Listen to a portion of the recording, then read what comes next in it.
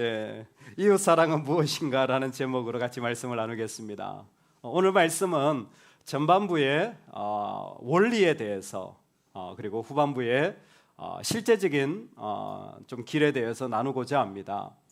이웃 사랑이라는 것을 원리로 조금은 알 필요가 있습니다. 여러분 혹시 하나님 사랑, 이웃 사랑이라고 많이 들어보셨죠? 그것을 모 선교 단체에서 그림으로 만든 것이 참 편만하게 사용되어져 있고 저도 어릴 적부터 그렇게 기억하고 있습니다.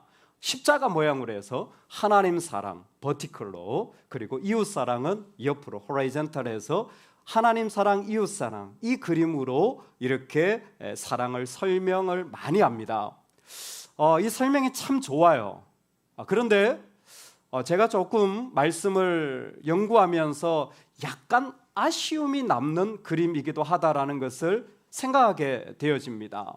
그 중에 하나가 너무 하나님과 우리 관계를 수직적으로 이해하다 보니까 정작 예수님은 수평적으로 오신 분이거든요. 인간의 몸을 입고 오신 분이에요. 그건 수평적인 하나님입니다. 그러다 보니까 너무 신앙생활에 교회의 수직적인 구도가 강화되어지는 듯한 모습이 있는 것 같아요. 복음은 하나님이 인간이 되신 모습입니다. 저는 오히려 이 수평적인 모습이 복음의 아름다운 하나님의 본질에 가깝다고 생각되어지는 경우도 성경에서 발견할 수 있기 때문입니다. 특별히 하나님 사랑, 이웃 사랑이라고 설명할 때 이런 구도도 상당히 도움이 됩니다.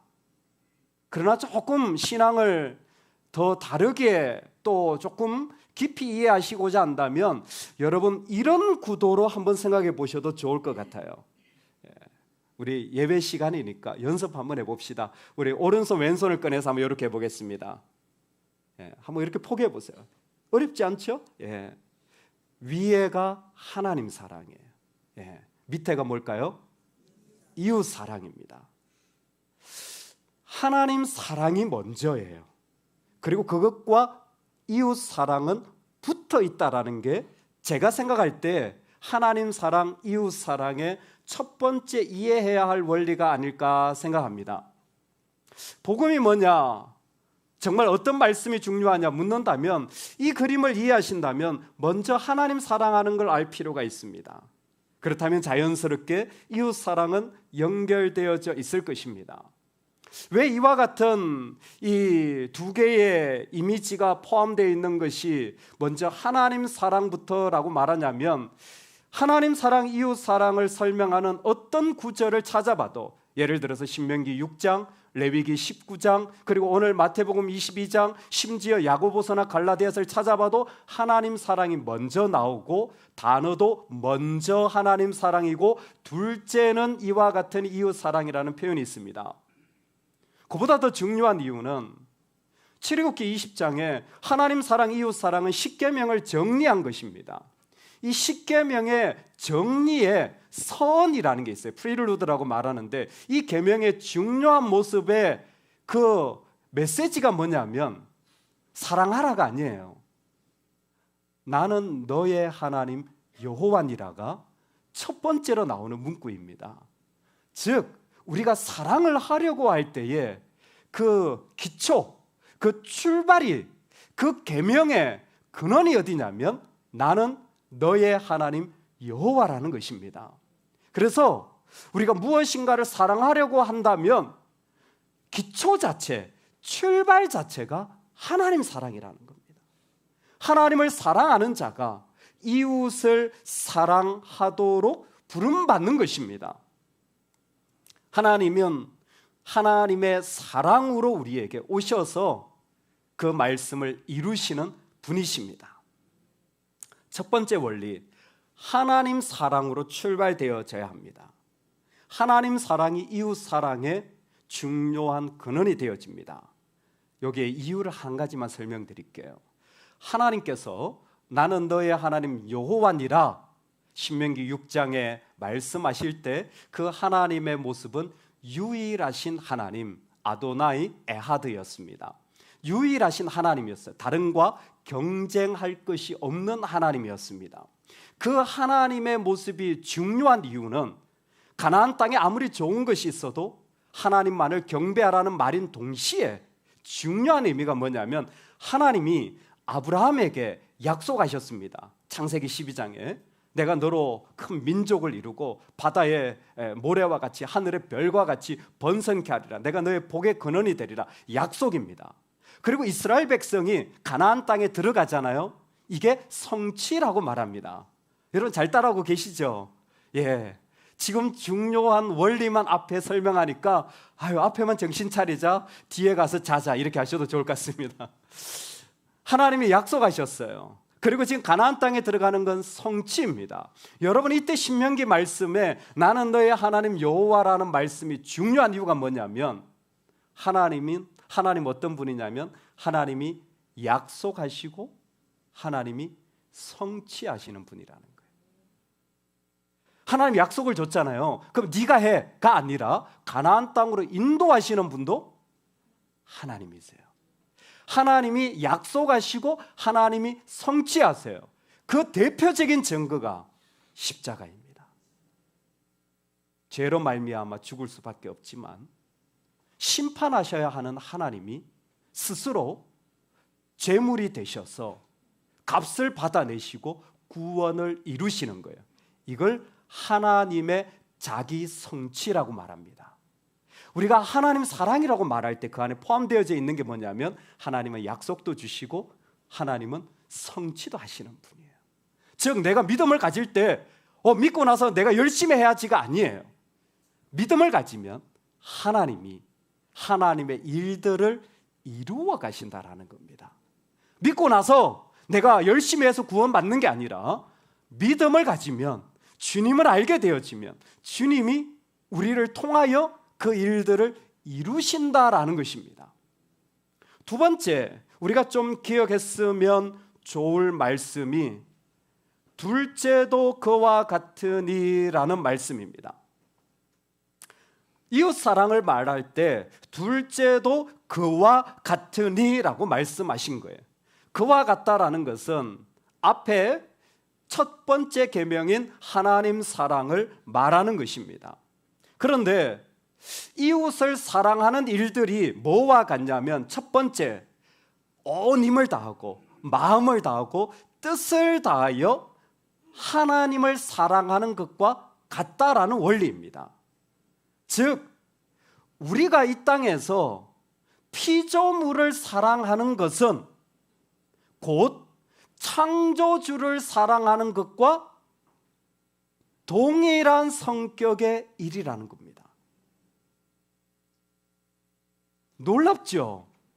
이 땅에 하나님이 만드신 것을 사랑하는 일은, 이웃을 사랑하는 일은 창조주 대신 하나님을 사랑하는 것과 전혀 다르지 않은 모습이라는 것입니다.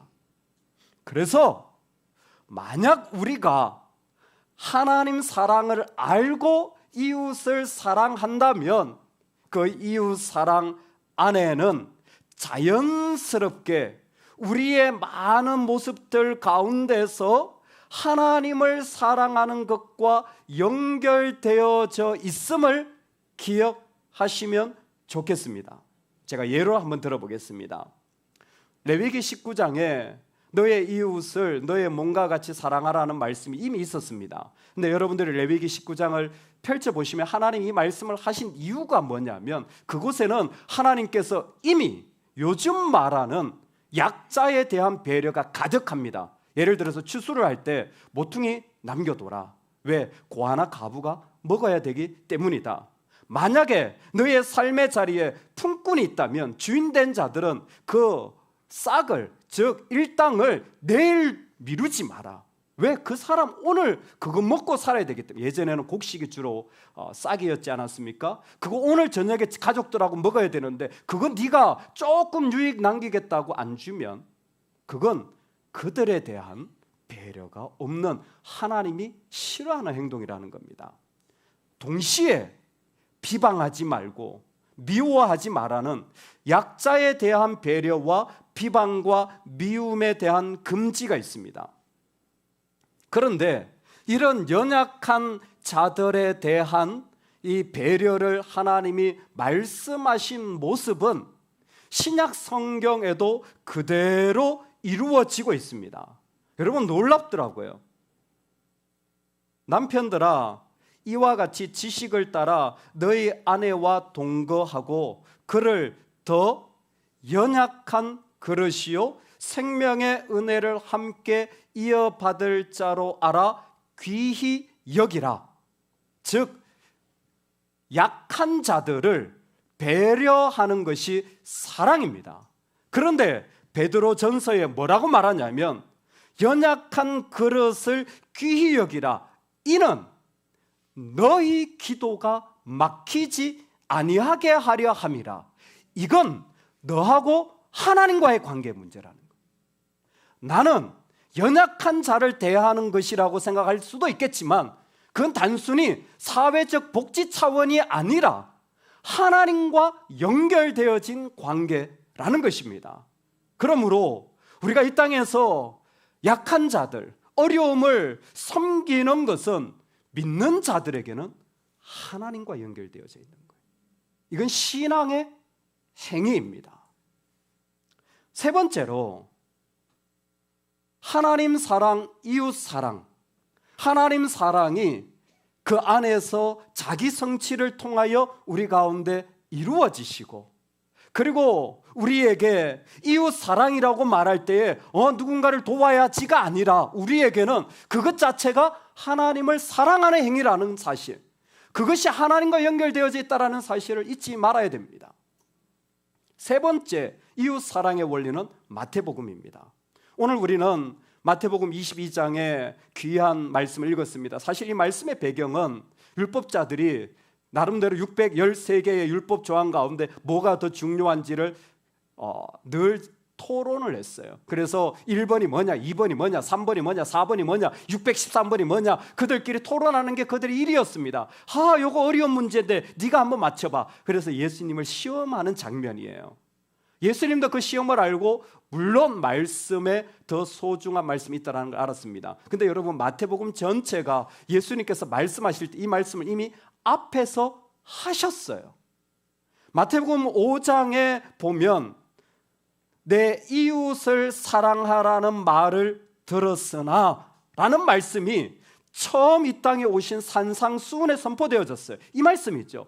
내 이웃을 사랑하라는 말을 들었으나 그 다음 나오는 말이 뭔지 아세요? 너희는 원수도 사랑하라. 이건 뭐냐면 사랑은요 이스라엘만 사랑하는 게 아니에요. 사랑은 이방인도 사랑하라는 것이 레위기의 정신이었습니다. 열방을 다 사랑하라는 것이 처음부터 부름이었습니다. 근데 이게 안 이루어진 거예요. 그래서 예수님이 오시자마자 범위의 확대가 사랑이라는 거예요.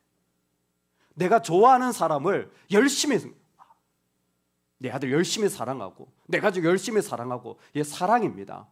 성경적인 사랑은 아닙니다. 성경적인 사랑은 사랑의 범위가 확대되어지는 거예요. 처음에는 내 가족이었습니다. 그 다음에는 제자 공동체입니다. 교회라고 말할 수도 있겠죠. 그 다음에는 원수까지입니다. 박해하는 자를 위하여 기도하라. 사랑은 범위가 확대되어지는 게 성경의 사랑입니다. 그럼 제가 여러분에게 여쭤보고 싶어요. 여러분 사랑하고 계십니까? 다른 말로 내가 사랑하기 어려웠던 자를 만나고 다가가고 사랑하는 일들이 일어나고 계십니까? 다른 말로 여러분들은 진짜 하나님을 사랑하십니까? 진짜 하나님을 사랑한 모습이 우리에게 이루어지고 있습니까? 사랑은 범위의 확대입니다. 오늘 이 세 가지 원리가 우리 마음에 꼭 담겨지면 좋겠습니다. 하나님 사랑이 먼저입니다. 그리고 그 사랑이 이루어냅니다. 그 속에서 우리가 누군가를 사랑한다라는 것은 단순히 그 대상이 아니라 나는 하나님을 순종하는 행위입니다. 그리고 우리가 만약 사랑한다면 그것은 범위가 확장되고 있을 것입니다. 적어도 하나님을 사랑하는 사랑이라면 말입니다. 그래서 믿음이 중요한 거예요. 그래서 교회를 다니는 게 중요한 거예요. 왜? 우리는 범위가 확장되기를 싫어합니다. 내가 원하는 사람만 사랑하기를 원하죠. 근데 복음은 우리로 하여금 그 범위가 계속 넓어지도록 초대하여 주시는 것입니다. 오늘 이 말씀의 자리가 저와 여러분에게 이루어지기를 주의 이름으로 축원합니다. 그래서 여러분, 제일 좋은 사랑, 사랑의 실천에 제일 좋은 사랑은 저는 초대라고 말씀드리고 싶습니다. 여러분, 초대하는 일들이 우리 삶에 가득하기를 주의 이름으로 축원합니다. 초대하는 일들이 우리 삶에 있기를 원합니다. 나는 예전에 그러지 못했지만 어떤 사람을 만날 때에 사실 가까운 사람이라도 내가 할 수 없었던 영역에 그 사람을 향하여 마음을 열고 초대하는 일은 구체적인 사랑의 모습이었습니다. 하나님께서는 자기 성취를 위하여, 친구를 위하여 목숨을 버린다고 말씀해 주셨습니다. 내 계명은 곧 내가 너희를 사랑한 것 같이 너희도 서로 사랑하라 하는 것이 아니라 사람이 친구를 위하여 자기 목숨을 버리면 이에서 더 큰 사랑이 없나니 너희가 나의 계명대로 행하면 곧 나의 친구라. 아멘.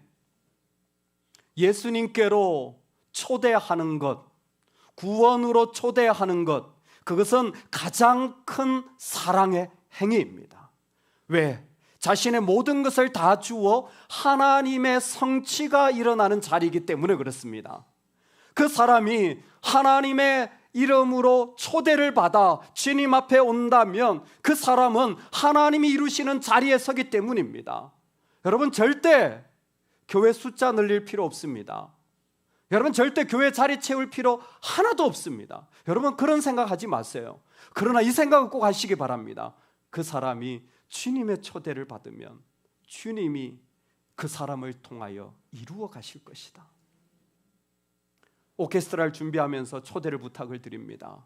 여러분, 사실 얼마나 귀한 자리인지 몰라요. 한 사람이 초대를 받을 때에 그 사람의 전생애가 바뀔 수 있잖아요.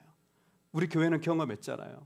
지난 1월 11일 식사동 노아 로스팅에서 공연을 해가지고 많은 사람이 왔는데 그 중에 단 한 사람, 노래한 청년이 평생을 예수님 안 믿다가 주님을 만나게 되고 2부 찬양팀 싱어로 섬기고 있잖아요. 할렐루야.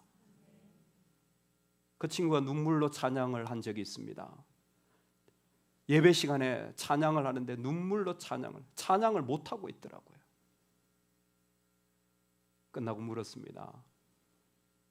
왜 요즘 힘든 일 있니? 왜 우리 눈물 흘릴 때는 보통 힘들 때잖아요. 그랬더니 아니요, 목사님, 나 같은 사람을 주님이 사랑하여 주신다는 게 너무 감사해서 나도 나를 아는데 나 같은 사람을 주님이 사랑하여 주신다는 것을 생각하니까 너무 이해할 수 없어서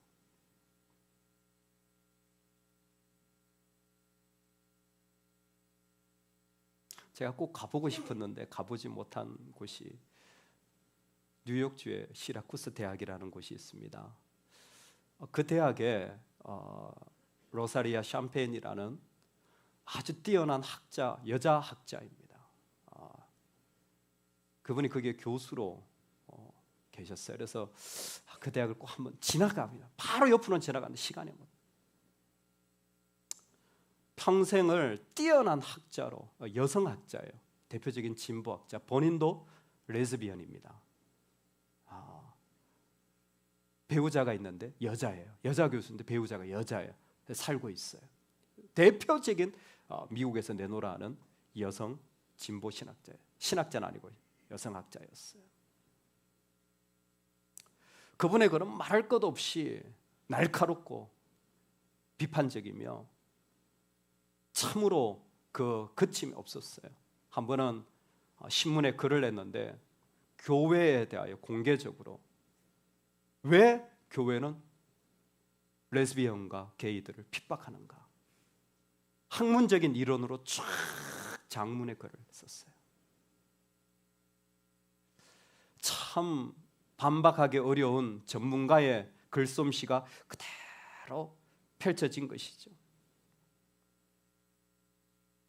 그 신문이 그냥 뭐 전국적으로 그 지역에 말할 것도 없이 다 돌려졌는데, 그 중에 켄 스미스라는 분이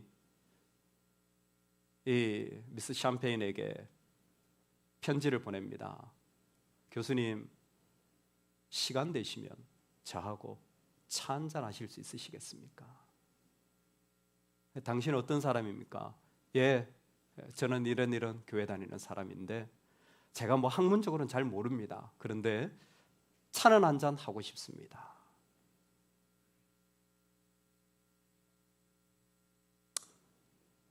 기꺼이 시간을 내드리지요. 차를 한잔하게 됩니다. 뭐 이런저런 얘기. 다음에 식사를 한번 하시면 어떻겠습니까? 그 다음에 식사를 하게 돼요. 저희 집에 멀지 않은데 저희 집에 한번 와주시면 어떻겠습니까? 집으로 오게 됩니다.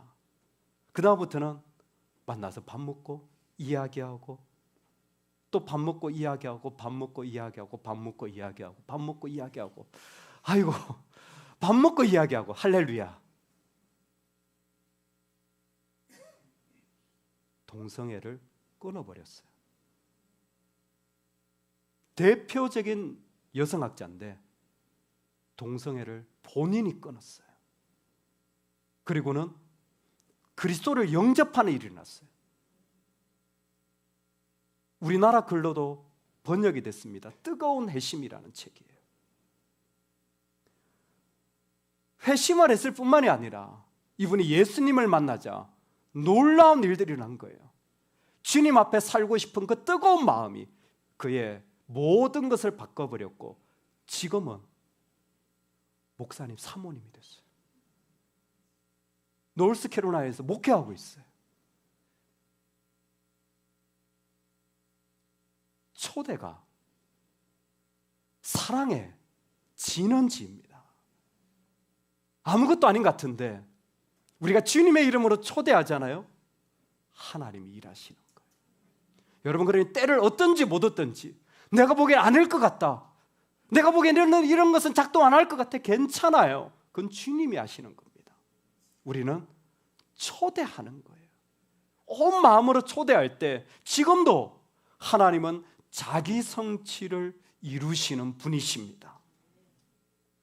두 번째로, 이거는 저를 꼭 따라서 우리 안에 이 영적인 DNA로 자리 잡기를 원합니다. 저를 따라서 한번 선포하겠습니다. 뭐가 필요하세요? 한 번 더, 뭐가 필요하세요? 여러분 꼭 물어보시는 은혜가 있기를 소망합니다. 뭐가 필요하세요? 사랑은 연약한 자를 향한 배려가 성경적인 모습입니다. 즉, 뭐가 필요하세요? 그들의 필요를 항상 물어볼 줄 아는 마음이 필요합니다. 그래서 이웃 사랑이라고 말할 때에 여러분 이 부분을 한번 주의해 들어주십시오. 너의 몸을 사랑하듯 너의 몸처럼 이웃을 사랑하라고 말씀하십니다. 너의 몸처럼 사랑하라. 여러분, 자기의 몸을 던져버린 것은 하나님 사랑의 특징입니다. 우리는 우리 몸을 소중히 여기는 사랑을 하는 겁니다. 이해되십니까? 자기 몸을 제물로 드린 것은 하나님 사랑이에요. 예수님의 사랑이에요. 우리는 자기 몸을 사랑하는 사랑을 가지고 해야 됩니다. 그랬더니 많은 분들이 심리학적인 관점으로 자기 사랑이 먼저야, 자기 사랑이 중요해 라고 말하는데 전혀 잘못된 해석이에요. 내 몸처럼 사랑하라는 것은 네 몸을 소중히 여겨가 아니라 그리스도 안에서 우리의 몸이 새로운 피조물 되었다라는 것을 선포하는 얘기입니다. 우리 몸은 구원받은 몸입니다. 우리 몸은 이전의 몸이 아니라 구원받은 몸이에요. 여러분, 예수님을 꼭 믿으시기 바랍니다. 그럴 때 내 몸은 구원받은 몸이 되어져요. 새로운 피조물이 되어집니다. 이러면 무슨 모습입니까? 어떤 일에서도 자유해지는 거예요. 어떤 모습에서도 자유해지는 거예요. 제가 3주 동안 가면서 우리 성경공부 그룹에 선물을 주고 갔습니다. 제가 떠나 있는 동안에 놀지 마시고 책을 읽고 한 챕터씩 읽고 독후감을 써내시기 바랍니다. 다들 너무 좋아요. 책 한 20권 사서 나눴습니다. 여러분, 필요하신 분 있다면 제가 선물해 드리겠습니다. 저한테 카톡 보내주세요. 진심입니다. 팀 켈러의 자유라는 책인데요, 그 책에 이 부분이 너무 잘 설명되어 있어요. 책이 한 챕터에 한 20페이지밖에 안 돼요. 화장실에서 볼일 보시면 책 다 읽습니다. 글자도 커요. 근데 내용은 너무 선명해요. 자존감을 높여서 될 일이 아니라는 거예요. 우리는 이미 자유한 존재라는 겁니다. 어떤 일에도 이미 자유한 존재라는 거예요. 우리 믿음이 그거라는 거예요. 이미 자유한 존재라는 거예요. 여러분, 자유한 존재로서 사랑하라는 거예요. 너의 몸처럼 사랑하라는 것은 그리스도 안에서 완전히 자유한 몸처럼 사랑하라는 거예요. 누구에게? 연약한 자에게. 그 연약한 그릇이 누구였습니까? 아내였습니다. 여러분, 정말 믿음이 있는 사람이라면 자기 아내에게 항상 말해줘야 돼요. 뭐라고요? 뭘 말해줘야 돼요? 여보, 뭐가 필요해요?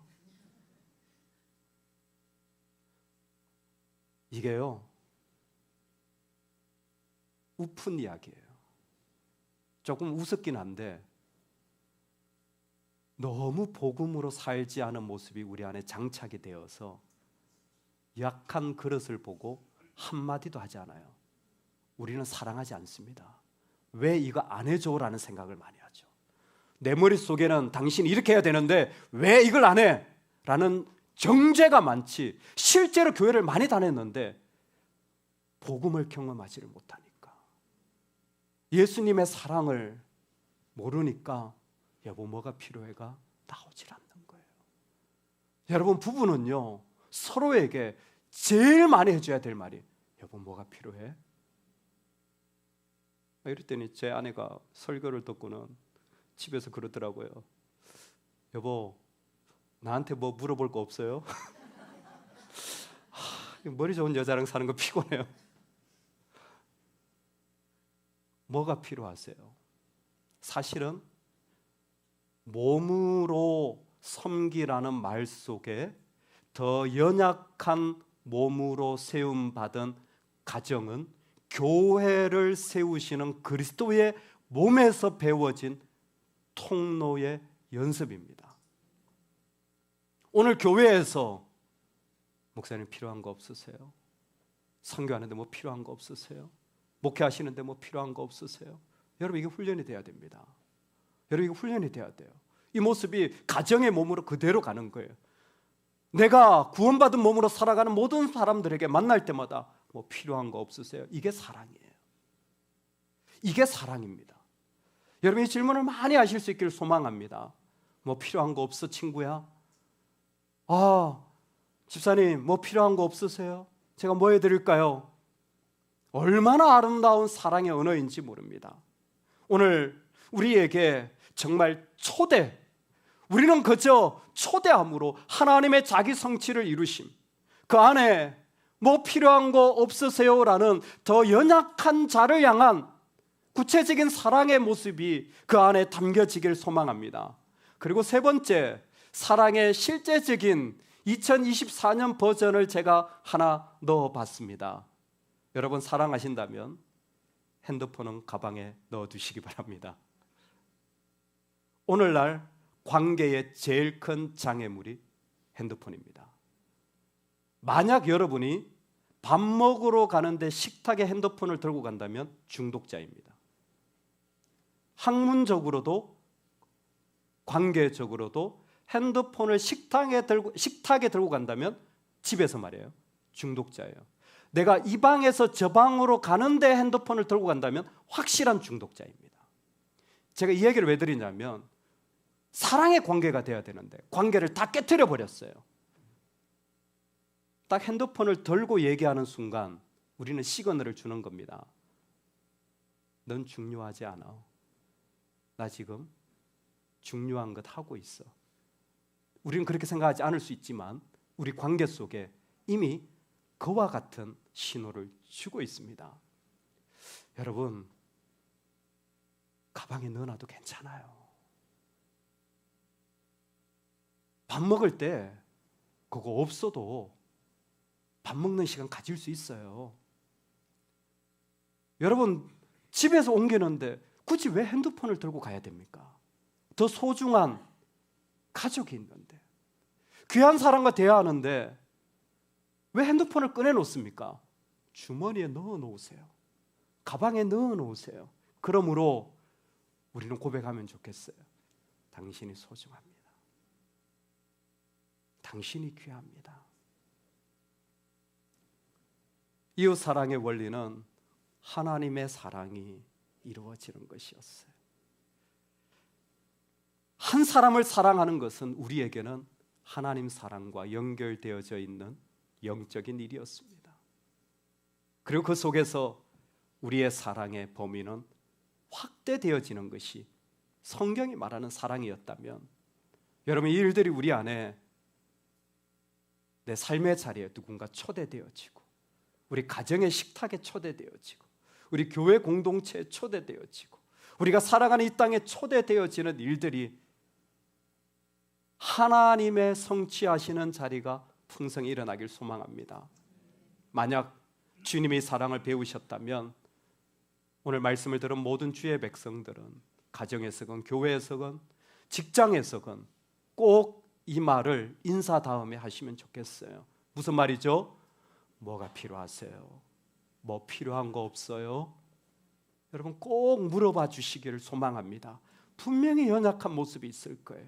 분명히 우리가 모르는 연약한 자리가 있을 것입니다. 우리 그 자리로 나아갈 수 있기를 소망합니다. 그리고 우리의 사랑을 깨트리는 이 방해물 좀 내려놓고 사랑의 자리로 갈 수 있기를 소망합니다. 아멘.